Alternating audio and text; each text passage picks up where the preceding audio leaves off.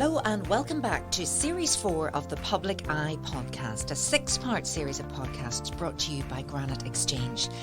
I'm your host, Sarah Travers, and throughout this series I'll be speaking with local entrepreneurs and business owners and indeed lawyers to learn more about how their companies have come to be, to gain insight into their growth and find out how they continue to innovate and develop their business.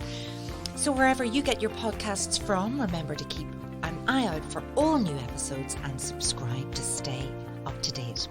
Well, I mentioned lawyers because today I'm joined by Sarah Henry, Solicitor and Director of Granite Immigration Law. Sarah, you didn't have too far to travel to the studio today, but welcome to the podcast. Thank you, Sarah. Just up the stairs. And we're going to be talking to you a little more also about your podcast too, so that you're very familiar with the studio. I am. And anybody who's tuned in to your podcast will know all about you. But before we begin, I'm going to give you a little bit of background to everybody on Granite Immigration Law. Granite Immigration Law is part of Granite Legal Services, which is a newly established business law practice in Newry City. They're also the fantastic sponsors of this series of The Public Eye. So they have a dedicated immigration team working on solely immigration matters, ranging from citizenship applications for people interested in becoming Irish or British citizens to visas and post-Brexit advice for businesses and individuals. They've been operational in Newry for just over 2 years and provide advice to clients both north and south of the border. Now, Sarah herself is from Newry and has worked in the areas of immigration, public interest law and human rights for over 10 years, working with the Irish Refugee Council, the National Women's Council and human rights practices in Dublin and Belfast. Sarah provides equality and diversity training for businesses and is an active board member of Women's Aid Armagh Down. Together with the team based in the Granite Exchange in Newry, she has helped start a new project, I just mentioned it, called Activist Lawyer, which we will talk about more during this interview. So Sarah, lots to cover here. We have around 25 minutes, but let's start a little bit from the beginning. Tell us a bit about yourself and who you are. Oh, thanks, Sarah. It's so strange to be on this the other side. I didn't think I would be as nervous, but anyway, we're here. So thanks. Yeah, I'm from Newry, as mentioned. Moved back to Newry a few years ago, family reasons. I had been a student at the local Sacred Heart grammar school here before going west to NUIG Galway, where I really focused on learning languages, but took a little turn along the way and ended up practicing as a solicitor later on, and moved to Dublin, where I found my kind of place in this particular area of law and immigration. Met my husband there. He at a house party, as you do when you're young, free and single. He is actually local. When I say local, Warren Point, not Newry. Very important difference. Okay, I see, right. And moved home after we got married pretty quickly. Moved home after the first baby was born. And, you know, you need the grannies and the granddads there for the help. Where would you be without them? I don't know. Literally would be lost. So came back home with them and I've been here ever since. That was about 2013. And it's all going well. There's a nice little bump cooking away there's there. a nice bump here. So we've got the oldest is 7, Elise, and then I've Eden, who's 2. Oh, Spoke to you about him earlier. He's a little bit of a handful. And then this third baby is due pretty soon. Well, hopefully you're not, I don't put you under too much pressure today. I want you to sit back and relax. And as you say, you're normally sitting where I am. Yeah. And you are delivering the podcast Activist Lawyer, which has a great following and is a super listen. If you haven't tuned in, please do. So it's nice to find out a little bit about you, because when you're the one asking the questions, it's great, isn't it? But when you're the one answering the questions, you think, oh, yeah. I know, I'm exactly the same. So circuitous route to get to where you are now then, but how did the opportunity come around for you to join the company here? So I suppose I had a little break from immigration law after baby number 1 was born, and ended up working with Newry Business Improvement District for about a year and a half. Went back down to Dublin again, couldn't keep away from it, and worked with the National Women's Council of Ireland on a project that was for 2.5 years, working between Dublin and Brussels on third level institutes, staff and students around sexual harassment and bullying. So after that finished, I was on maternity leave, and about 5 months in, get itchy feet. I was thinking, what'll I do? What's next? And I always stayed in contact with my colleagues and friends who practiced immigration law, always kept up to date with what was going on. And of course, Brexit was approaching at that time, and I knew Jonathan from before. He had been a mentor for me and really helped me navigate my way with the businesses in Uri. Jonathan McKeown, obviously. Yeah. Anybody's wondering. So I knew that he was interested in setting up this kind of niche practice, something a little bit different that was very specialised in Uri. And I think he had a personal immigration question for someone he knew, and we got speaking again. And I thought, well, look, you know, perhaps with Brexit and everything happening, all of these changes taking place, it might be a good idea to start. And the opportunity arose, and here I am 2 years later. And you're very busy. We're busy. Yeah. You're very busy. Okay.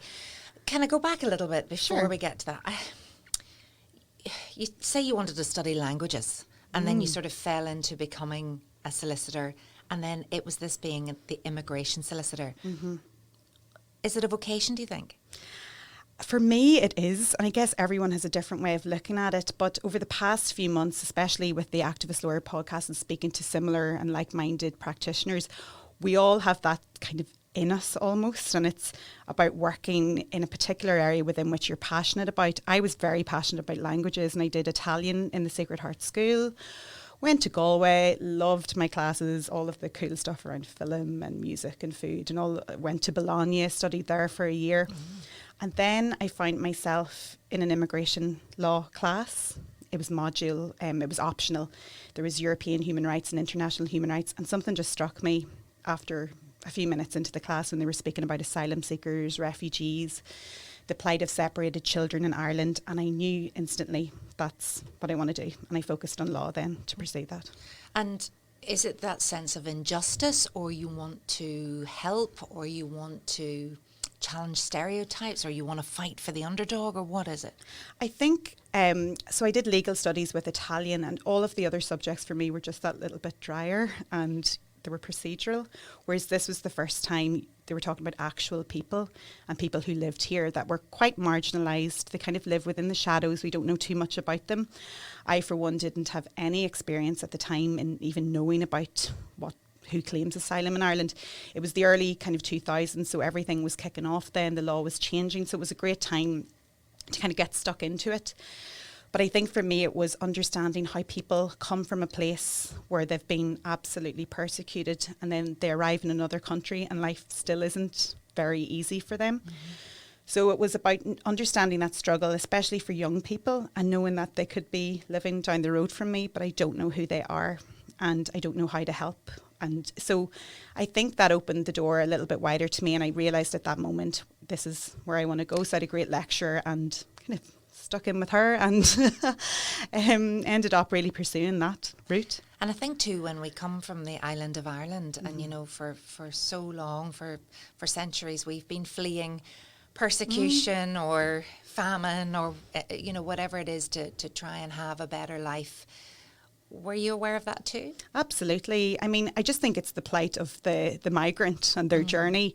And I suppose we've people here for various reasons. People come for economic reasons to the island of Ireland. People come to study. But it's really that what drives somebody to leave their country. And of course, you've mentioned Irish people. You know, there's a diaspora around the world there. People left for different reasons. Famine, war, whatever it might be, unemployment. Again, it's the same thing. People coming here and how they're received. Really, it was that kind of point of entry for me that was interesting. What happens next for them? This podcast is sponsored by Granite Legal Services, a niche business and immigration law practice located in the heart of Newry City. Granite Legal Services provides legal advice to both individuals and companies alike across a wide range of industries, from employment, commercial or corporate law matters to immigration law. Granite Legal Services focuses on providing legally sound, practical advice to its clients. To get in touch, visit www.granitelegalservices.co.uk or contact 028 3026 2200. And would you say, though, there's often a misconception or a misunderstanding about, you know, migrant workers or people, you know, I think is there a stereotype that they're always struggling or they're always going to be, in need of so much more? Or are there all types of people who are coming here now? Yeah, I guess there's so many different types of people, but the media definitely does spin, their own kind of version of, say, for example, asylum seekers. But what many people don't realise, and I'm speaking from maybe the Irish perspective, they're living in what's called direct provision accommodation. It's very, very stifling. They're really not allowed to work. There's some provisions have been made recently. There's been challenges to allow them to have a driver's licence. These people are basically, it's almost like imprisoned and institutionalised. Some of them have been there for up to 12 years. They have children who have been born here. They don't have a right to travel. They don't have travel documents. They're waiting for their cases to be heard. So they're in this system and they see no way out. And sadly, over the past few years, there's been a high suicide rate within direct provision centres, but nobody really hears about that. So they really do face many, many barriers. And we've been lucky to have the opportunity to meet with some people who were granted refugee status or leave to remain after having claimed asylum in Ireland. And they've just gone on to do fantastic things. I mean, massive contributors to business, to the economy. And a lot of my clients that I met with, as soon as they got here, they wanted to work. They wanted to set up their own businesses, make money, pay back, the kindness that Irish people had shown them. And I really have to say it's been very rare, or really never, where I met somebody who just basically came to seek help and support. And they really have been driven. And again, the migrant workers you mentioned, fundamental to our economy. I mean, we'd be lost, particularly in Northern Ireland, without them. Well, and that brings us really to Brexit as well. You positioned your involvement in this business to Jonathan all around Brexit. You've been running Brexit workshops for all different businesses regarding immigration. It was such a minefield. And probably still is. Just tell us about the daily work. What barriers have there been? We've seen people who've been living here for a long time and then suddenly need to get citizenship, and maybe that's not coming through. Yeah. What sort of stories? They're not stories. What are people coming to you needing? Yeah, I think people have really been blindsided, and of course in the lead up to Brexit, and I don't mean the referendum. I mean the kind of 4 years in between, when people were actually waiting for it to happen. Lots of things still weren't finalised. Immigration to a certain degree was, but there were still so many issues for businesses that were left outstanding. For example, the future of recruitment, what's it going to look like? So we put together templates and webinars and also some workshops to help businesses to navigate. We normally take in a HR expert to help us as well, in terms of knowing that so many businesses here rely, some of them 80 to 90% on EU migrant workers. They were hit doubly. One, they felt that a lot of their employees were moving to Ireland, where it was easier for them cross-border to make money, and they were free from any immigration restrictions. Whereas Brexit, no matter if you're EU coming here or you've been here, you still had to apply for status to remain, and some people just weren't comfortable with that. So we could see businesses seeing that loss. So we finally kind of put together our work, a template, and then COVID hit, which obviously put future recruitment of any workers on the back seat, and people had to focus on survival, the right equipment, regulations, all of that. But now that businesses are starting to open up again, we can still see that the problem is still there around recruitment, only it's too late in many cases. In terms of the 30th of June is the deadline for people to apply for EU settlement, and that's EU workers or their non-EU family members. So we're still seeing messages out there to try and get businesses to encourage their employees to make that application if they haven't done so yet. And then we're receiving calls from employers who are saying, look, we want to bring people over from different countries who'd worked with us before. And you're saying, well, is there a visa in place for them? Do you have a sponsor licence now to hire workers from outside the EU? So it's really become a lot more complex. And in fact, there is no real route for people who the Home Office deem as kind of low-skilled workers, but really those workers are crucial to our economy. And it's really to force businesses to recruit locally. But many that we've heard from have really struggled to do that. And what advice would you give to them right now? Because obviously time is running out. It may, by the time this is broadcast, have run out. Yeah, well, I suppose we've been working closely with Newry Chamber, have been fantastic in trying to get conversations started with the Home Office, and we've been representing businesses from an immigration perspective there. Unfortunately, there doesn't seem to be much movement, but what we would do is get businesses to lobby through various organisations like Manufacturing NI, for example, their local chambers, to put in place a specific scheme for migrant workers where there are shortages in Northern Ireland, because that hasn't really been done yet in reality. If you have EU workers, make sure they have applied for EU settled status before the 30th of June, and for their family members if necessary. Some people still have not done that yet. So, and really, I suppose, I'm not a HR expert, but maybe they might have to recruit locally and come up with more kind of innovative or attractive ideas to encourage the workforce to come forward. It sounds like you're extremely busy, and we know you're expecting your third baby anytime now. And when you're working in immigration, I'm sure it's really, really hard to switch off. It's not a case of just switching off the computer at 5 o'clock. You have an awful lot of clients depending on you. Their livelihoods depend on you. How do you balance that pressure? I struggle. I need help. I suppose I've had times where if the workload wasn't too intense, you can take a step back. To switch off, I'd be pretty bad. It's always on my mind. I'm always tuned in or thinking of something else. And I do have lots of WhatsApp groups, which is a really good thing. But sometimes that's when you're not switching off, and it's immigration practitioners and somebody has an idea and then you think about it and you research it. So at 9 o'clock you're watching TV, but you're still on your phone. So I find it a little bit hard to switch off. And one of the things I do, my husband would actually be mortified at me saying this, is just to kind of watch a lot of trash TV, where he will say, I can't understand somebody with half a brain would watch the things that you do. But, that's my little time. Your oasis. And I watch the absolute worst of the worst. But that's when I feel what like... do you watch, Sarah? Okay, 90 Day Fiancé. Oh, my goodness. It's kind of immigration related too, though. Well, it is. Because it's about visas. Okay. So it's not fully switched off, but no, if you watch it, but you're using your brain so intensely every day. You need something that's just going to numb. Oh, you do. Switch off. But it is hard. I struggle a little bit. But again, and I think you just mentioned there, women who are about to go on maternity, I mean, you just push yourself to the max. Well, at least I do, and everyone else. I know people kind of have this perception, you can kind of, sit back a little bit, relax. I don't think so. I think like the world's going to end, isn't it? It's like, I need to get this done. Yes, yeah. I'll never get it done again. I'll never get this done. And you're thinking of that due date. So I think, like many women at the moment, I'm just working to try and get things done and get it over the line. So no real balance at the minute. I'm moving house as well. Of course, sure, why not? Throw it in. That's exactly the last weeks, isn't it? What you do, the furious nesting. Let's just move. Let's move out of here. More space. Okay, so it sounds like you're extremely committed. It sounds like you care. You can't not do your job and care.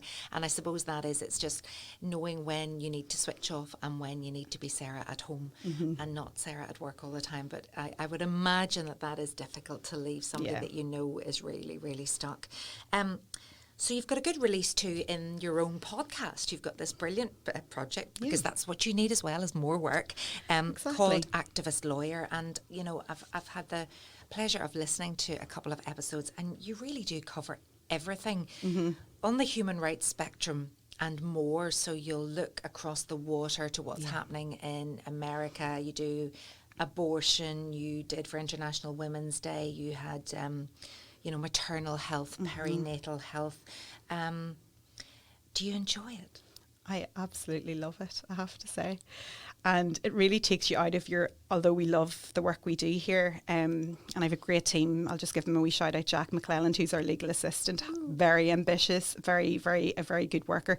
And Jessica, who Jessica Phillips is the ultimate multitasker and takes care of a lot of our marketing. They're both involved in the Activist Lawyer podcast as well. Jessica's brilliant. We'll get her as a guest somewhere. We have to. But we kind of switch out of our normal daily routines into podcast mode.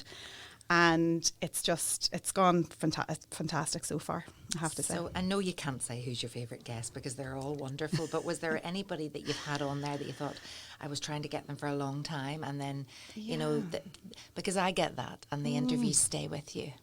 They do. I suppose, yeah, as you said, they've all been absolutely fantastic.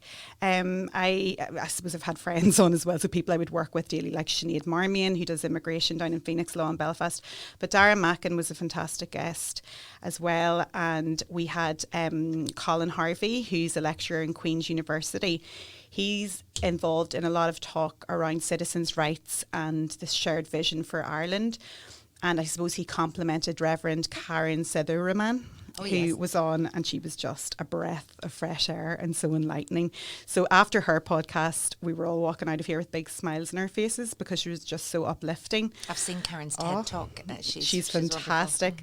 Lindsay Robinson again, talking about the maternal health, such a kind of very honest conversation. So there's quite a few. Emma D'Souza as well. And yesterday we released Stephen Kerwin, who is a solicitor in Dublin, and he was just great crack. Yeah, I know. Now, brilliant. Who are you most inspired by, Sarah? Whenever you think, I mean, you are an activist lawyer, and yeah, I love that. I commend that. And sometimes, you know, you say the things that need to be said, and society doesn't want to hear them. Government certainly doesn't want to hear them. And I know that activist lawyers, the Conservatives, haven't been too kind in recent times. You know, these lefty do-gooders. It's like a bit Scooby-Doo going on there. It would have all been okay if it wasn't for those pesky activist lawyers. I know. How do you cope with that? I suppose that was, and I referring back to Jonathan again, I remember him reading these comments coming out of the Home Office towards the end of last year, and he was absolutely incensed. Like all lawyers were, whether or not you work in immigration or human rights, it didn't matter.